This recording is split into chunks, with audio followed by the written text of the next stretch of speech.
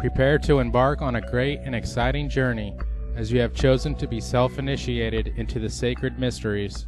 The powers of the universe have been delicately rearranged to garner the synchronicities which brought you to this film. Join us as we explore an age-old science and unravel the truths behind an art which has been shrouded in secrecy until now.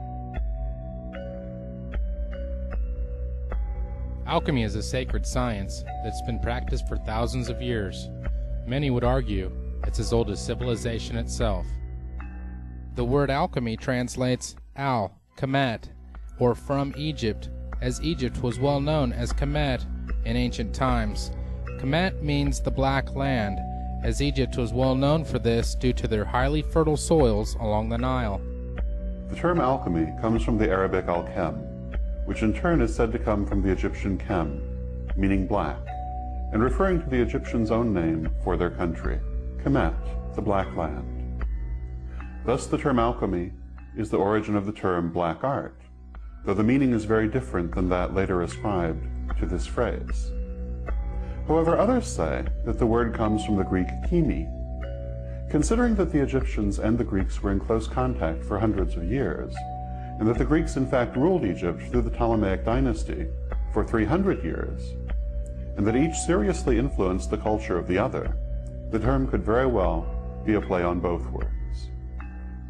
The Hellenistic era, and Hellenistic Egypt in particular, was a very fertile time in the history of magic. Ancient forms of magic met and merged, creating new disciplines. Magical forms still very much in use today, such as Hermeticism and alchemy, have their origin in Hellenistic Egypt. Much of alchemy is highly misunderstood and has been kept secret in a variety of magical and fraternal organizations. The list of alchemists is known to originate with Thoth, who is widely credited for being the author of science, religion, mathematics, geometry, philosophy, medicine, and magic. Thoth is said to bring to civilization the calculations for the establishment of the heavens, stars, earth, and everything in them. In other words, matter. Compare this to how his feminine counterpart, Mot, was the force which maintained the universe, otherwise, spirit. The unification of matter and spirit became a centerpiece in alchemical thought. As the teaching spread, Thoth became known in other cultures as the Greek god Hermes. The two formally became the same as Hermes Trismegistus, of which he is currently known. This was the birth of the Hermetic tradition, and remains the same in many aspects today. One of the foundational manuscripts of alchemy is known as the Emerald Tablet, which is said to contain the secrets of the art. Many translations are available. Perhaps one of the most well-known was done by Isaac Newton. "'Tis true without lying, certain and most true. That which is below is like that which is above, and that which is above is like that which is below, to do the miracles of one only thing. And as all things have been and arose from one by the meditation of one, so all things have their birth from this one thing by adaptation. The sun is its father, the moon its mother. The wind hath carried in its belly, the earth its nurse. The father of all perfection in the whole world is here. Its force or power is entire if it be converted into earth. Separate thou the earth from the fire, the subtle from the gross, sweetly with great industry. It ascends from the earth to the heaven, and again it descends to the earth, and receives the fourth thing superior and inferior. By this means you shall have the glory of the whole world, and thereby all obscurity shall fly from you. Its force is above all force, for it vanquishes every subtle thing, and penetrates every solid thing. So was the world created. From this are and do come admirable adaptations, whereof the means or process is here in this. Hence I am called Hermes Trismegistus, having the three parts of the philosophy of the whole world. That which I have said of the operation of the sun is accomplished and ended." Famous alchemists have included the likes of Pythagoras, Galileo, Da Vinci, and Isaac Newton. Newton was not only the father of physics, he tried to be the father of chemistry as well, except back then in the 1600s they called it alchemy. So we have to realize that science, as noble as it is, has very humble beginnings. In fact, Many researchers feel very strongly about how important the teachings were and the influence alchemy has had on many of the great minds of our time. The secret teachings were known as esoteric or occult or symbolist teachings and were held to contain the secrets of the universe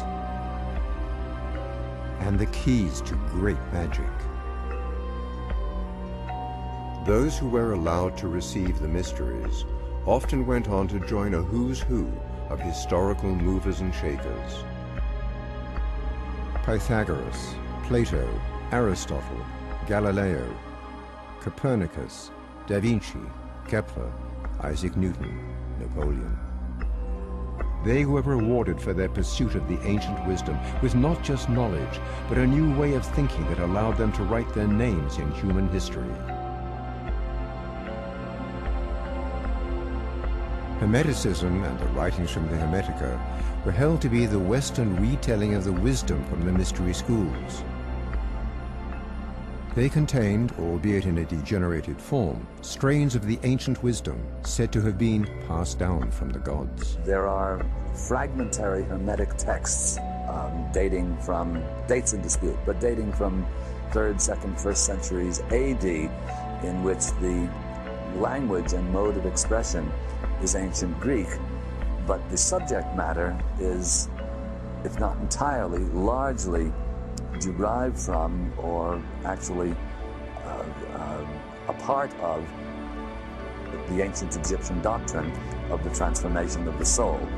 This is the basis of the Hermetic belief, and it then proliferates into those various disciplines, is practiced in one form or another throughout Islam, percolates up into Western Europe in the Italian Renaissance, and then occupies much of the minds and hearts and studies of major Renaissance figures, up to and including Isaac Newton, who actually spent much more time of his life studying alchemy and number symbolism than he did studying what would now be modern science. This is an acknowledged fact that is seldom acknowledged by modern scientists, but as a matter of fact,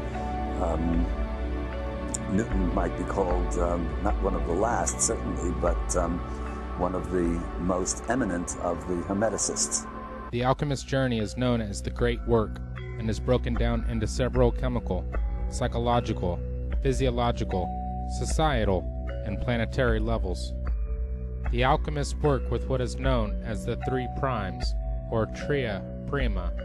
These are sulfur, the omnipresent spirit of life; mercury, the fluid connection between the high and the low; and salt, base matter. The 4 elements are also very important to the alchemist and stand as primary principles: fire, water, earth, and air. All play an integral part in the alchemist's studies. The alchemist is familiar with 7 primary metals which are ruled, influenced, or dominated by 7 planetary influences used in alchemical work.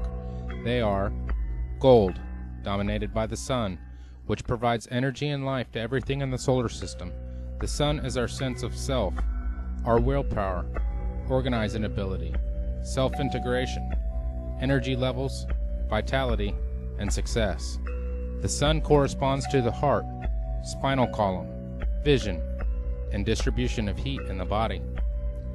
Silver, dominated by the moon, which influences water, growth, fertility, conception, emotions, instinct, subconscious, psychic phenomenon, collective consciousness, rhythms and cycles, genetics, and cultural heritage. The moon corresponds to the brain, female organs, stomach, and all fluids in the body. Copper, dominated by Venus, which influences herbalism, spagyrics, magic, arts, music, poetry, design, theater, harmony, proportion,